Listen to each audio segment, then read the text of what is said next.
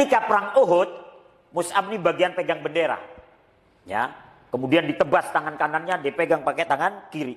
Ditebas tangan kirinya, dia apit dengan sisa lengannya sampai kemudian dia ditusuk itu dan dia gugur. Ya, jadi ada dua sahabat Nabi yang dia gugur karena mempertahankan bendera perang.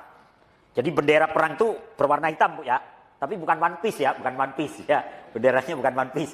Bendera Nabi itu hitam polos. Dan itu bendera perang. Dia harus selalu tegak, nggak boleh jatuh ke tanah. Jatuh ke tanah dianggap kalah perang. Maka yang memegang tuh ada dua sahabat itu. Kalau dalam perang Uhud dia adalah Mus'ab bin Umair. Kalau dalam perang Mu'tah dia adalah Ja'far bin Abi Thalib, sepupu Nabi yang paling mirip dengan Rasulullah SAW. Kalau Ja'far itu dia kibar-kibarkan ditebas, dia pegang pakai tangan kirinya ditebas, dia apit dengan sisa tangan yang masih ada. Akhirnya dari arah belakang dia disabet dan dia gugur. Jadi ada dua orang sahabat Nabi yang mengalami hal yang sama. Pertama Mus'ab bin Umair dalam perang Uhud, yang kedua adalah Ja'far bin Abi Thalib dalam perang Mu'tah. Nah, ketika Mus'ab gugur, sebenarnya orang mati syahid itu tidak dimandikan, tidak dikafankan, tidak disolatkan, langsung dikubur nggak apa-apa. Tapi untuk Mus'ab Nabi memberikan pengecualian.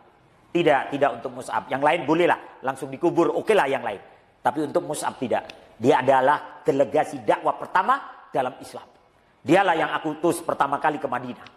Untuk Mus'ab tidak usah dimandikan, tapi carilah kain milik Mus'ab yang itu akan menjadi kafan bagi dia.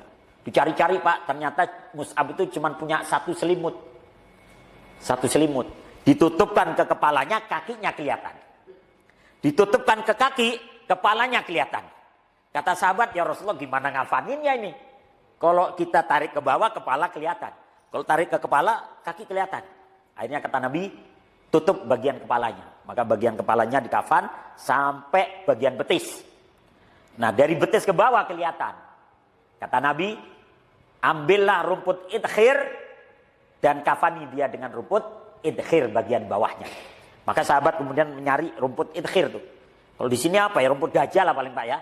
Cari itu, setelah dikumpulkan, dirapikan, baru tuh ditutup kakinya Mus'ab bin Umair dari bagian atas, samping, kemudian bawah, kemudian diikat, ya, diikat dengan rumput idkhir. Jadi kata Nabi, illa idkhir, kecuali idkhir. Jadi kalau tidak ada kafan sama sekali, ditutup pakai rumput idkhir boleh, ya. Tapi kalau kita zaman kita kayaknya nggak ada, Pak, ya. Terus ditutup pakai daun pisang gitu ya, karena nggak ada kafan. Ntar dikira lontong lagi gitu ya, dikira lontong. Jadi kita bersyukurlah di era kita itu yang namanya kain itu istilahnya ada